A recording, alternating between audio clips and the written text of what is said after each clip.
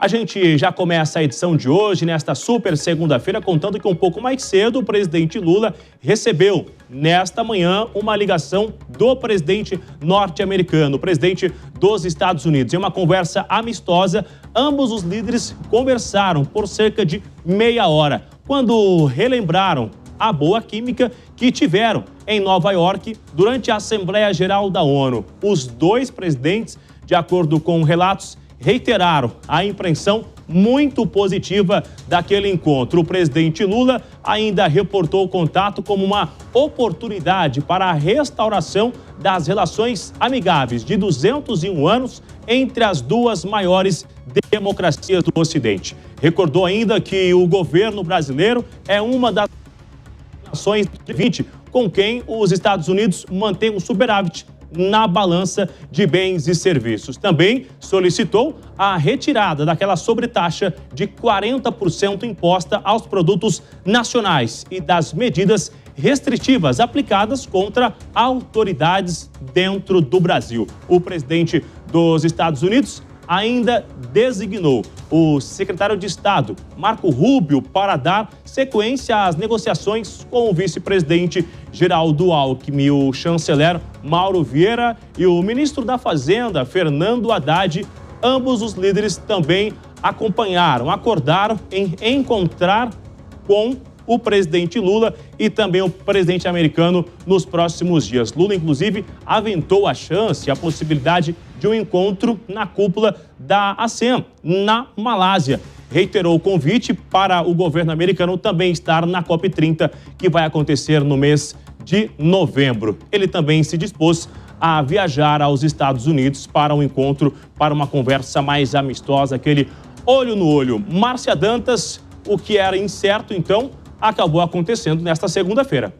Pois é, vamos saber os detalhes então, vamos continuar falando sobre esse assunto, porque olha só, direto dos Estados Unidos, quem recebeu, essa notícia por lá foi também o nosso correspondente internacional, o Eliseu Caetano, que vai chegar ao vivo agora com a gente. Eliseu, foi uma surpresa para a comunidade americana, ninguém estava esperando por isso hoje. Boa tarde. Ninguém estava esperando, viu? Nem os americanos, tampouco os brasileiros. Todos nós fomos pegos de surpresa, sobretudo porque Donald Trump sequer tinha agenda para amanhã desta segunda-feira. A agenda dele foi divulgada no final de tarde da sexta-feira. Não continha absolutamente nada para a parte da manhã, apenas para a parte da tarde. Inclusive, daqui a pouquinho, daqui a uma hora, tem uma coletiva lá no Salão Oval da Casa Branca com a Caroline Leavitt, que é a responsável pela parte de comunicação da Casa Branca. Muito boa tarde para você, Márcia, para o Bruno e para todos que nos acompanham em tempo real. A gente vem chegando ao vivo direto dos Estados Unidos, nesse momento aqui na costa leste do país, 1h da tarde com 9 minutos, temperatura no sul da Flórida, 29 graus Celsius. Tá quente aqui na Flórida, mas também tá quente lá na capital, Washington DC, por conta desse que foi o primeiro encontro, o primeiro contato direto entre Donald Trump e Luiz Inácio Lula da Silva, desde a reeleição do republicano e após aí, esse atrito, digamos assim, que os dois países tiveram por conta do tarifaço, Após semanas de tensão, finalmente esse encontro saiu no centro da crise. Obviamente, como não poderia deixar de ser, o tema principal dessa conversa, que durou 30 minutos, meia hora, foi o tarifaço, a sobretaxa de 50% imposta pelos Estados Unidos a cerca de 36% das exportações brasileiras, em vigor desde o último dia 6 de agosto, portanto, há 2 meses, A medida foi justificada por Donald Trump na época com os argumentos econômicos e também políticos, acompanhados, obviamente, das duras críticas feitas aí pelo julgamento do ex-presidente do Brasil, Jair Messias Bolsonaro, pelo Supremo Tribunal Federal, quando ele foi condenado a 27 anos e 3 meses de prisão por tentativa de golpe e outros crimes. O republicano também associou o caso a supostas restrições à liberdade de expressão no nosso país por parte ali de cidadãos americanos. Essa conversa de segunda-feira durou 30 minutos, foi antecedida, como a gente acompanhou aqui na programação da Jovem Pan, por um breve encontro do Trump e do Lula lá na ONU em Nova York, quando eles falaram até algo que o Bruno, nosso querido Bruno Pinheiro, falou ali, Gostei de você, teve uma química. A química parece ter dado certo, segundo os assessores do Planalto, eles optaram aí por uma ligação ao invés de uma reunião presencial. isso foi estratégico, viu? O objetivo era, nesse primeiro momento, nessa primeira ligação, identificar os pontos de convergência, como a regulação das Big Techs e a exploração de terras raras, antes de um encontro cara a cara que deve, inclusive, acontecer em breve. O governo do Brasil, obviamente, também quis aí evitar surpresas diante aí do histórico imprevisível de Donald Trump. Lula acompanhou a ligação do Palácio do Planalto ao lado do vice-presidente e ministro Geraldo Alckmin, do ministro Fernando Haddad da Fazenda, Mauro Vieira das Relações Exteriores e Sidônio Palmeira da SECOM. O presidente reforçou agora há pouco em nota que o diálogo comercial não pode se resumir com qualquer questionamento sobre a soberania do país. E aí a gente tem a nota do Luiz Inácio Lula da Silva. Eu vou destacar apenas alguns trechos por aqui, viu? Ele falou que foi um tom amistoso, descreveu o contato como uma oportunidade de restauração das relações amigáveis de 201 anos entre as duas maiores democracias do Ocidente. Recordou que o Brasil é um dos 3 países do G20 com quem os Estados Unidos mantêm aí um superávit na balança de bens e serviços.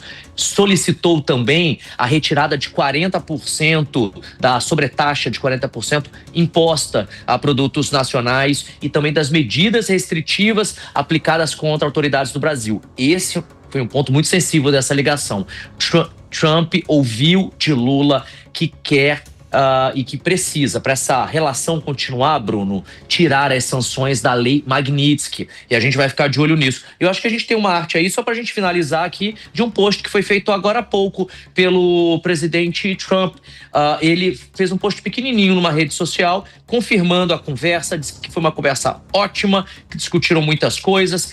Foco principal, economia e comércio. Não falou da lei Magnitsky, mas confirmou que vão acontecer novas discussões e que ele e Luiz Inácio Lula da Silva vão se encontrar em breve e num futuro não muito distante. E aí, pasmem, tanto no Brasil quanto nos Estados Unidos. Ele terminou essa nota, Bruno, dizendo: gostei muito da ligação, nossos países vão continuar se saindo muito bem. Aliás, muito bem como eu, você e Márcia Dantas saímos aqui como esse grupo querido nessa segunda-feira. Volto com você no estúdio. Esse time que joga sempre junto. Vamos lá, em tempo real, Eliseu, já voltamos a conversar. Vamos iniciar então a rodada de análise sobre essa ligação de cerca de meia hora. Vamos já conversar com ele, João Belucci, nosso analista desta segunda-feira. João, a conversa esperada aconteceu. Foi tipo de um cartão de visita, antes do encontro, olho no olho, frente a frente, que deverá acontecer nos próximos dias. Já te pergunto o seguinte: a indicação de Marco Rubio, um nome que é muito ligado ali às conversas com Eduardo Bolsonaro, dificulta, joga uma água no chope ou reacende uma expectativa de uma negociação com o governo americano? João. Boa tarde, Bruno, Márcia, professora Cássio, toda a equipe aqui da Jovem Pan e toda a audiência em tempo real. E parece que reacende uma esperança para o Brasil, no caso, né? Vamos lembrar que ao impor as tarifas ao Brasil, inicialmente o Trump mencionou tanto a questão de que o Brasil tarifaria mais os produtos americanos do que a via oposta, e também mencionou a questão política do Jair Bolsonaro. Enfim, ele fez uma confusão ali de temas, misturou os dois temas, mas deixou bastante claro que haveria essa questão. E aí posteriormente vieram as sanções, tanto em face do Alexandre de Moraes, quanto do AGU, quanto da esposa do Alexandre de Moraes. Elas vieram picadas, mas vieram efetivamente sanções, revogações de visto. O próprio Marco Rubio capitaneou a questão da revogação de vistos do ministro da Saúde, o Alexandre Padilha, e esposa e filha. Então, assim, tá bastante misturada a questão. Agora, pro Trump, como ele defende os interesses dos Estados Unidos, não os interesses do Brasil, de largada, ele já revogou parte das tarifas sobre suco de laranja, aviões, petróleo, outros produtos do Brasil. Ele já tirou de imediato para também não ficar ruim para ele, questão de inflação. E agora fica essa discussão. Segundo as notícias, né, tá tudo nesse sentido, que o Lula teria pedido para tirar essas sanções. Agora, eu não sei até que ponto o Trump vai ter ingerência nisso, porque essa questão das sanções também passam por outros departamentos lá dos Estados Unidos, e acredito que vai ter alguma reunião presencial, que a gente espera que tenha uma reunião presencial. Quanto mais as claras para a gente, que é o público, melhor. Obrigada, João Belucci. A gente chama também agora o Acácio Miranda para essa conversa. Acácio, os bastidores ali dizem que Lula teria até comentado durante essa conversa que ele não tem inimigos. fazendo referência, é claro, ao ex-presidente Jair Bolsonaro. E também ficou muito claro que ele quer, além da redução das tarifas, ou que Donald Trump retire todas as tarifas, ele quer também a retirada das sanções.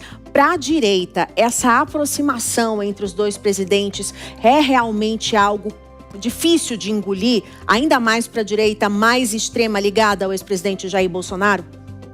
Márcia, boa tarde, Bruno, boa tarde, Bellucci, boa tarde especial à nossa audiência. Márcia, é natural que seja muito ruim para a direita como um todo, especialmente a direita mais bolsonarista, engolir esta aproximação de Donald Trump com o presidente brasileiro Lula. Mas fato é que, na essência, Lula e Trump são dois líderes bastante parecidos. Os dois têm um egocentrismo pautando as suas ações, os dois são bastante populistas e os dois, no final do dia, estão mais preocupados com os próprios interesses e com os interesses do seu país do que em aspectos ideológicos propriamente. Se nós olharmos para a história de ambos, não são poucas as situações onde eles deixaram parceiros para trás para alcançarem os próprios objetivos. Então, essa é uma aproximação natural, resta saber se ela dará em casamento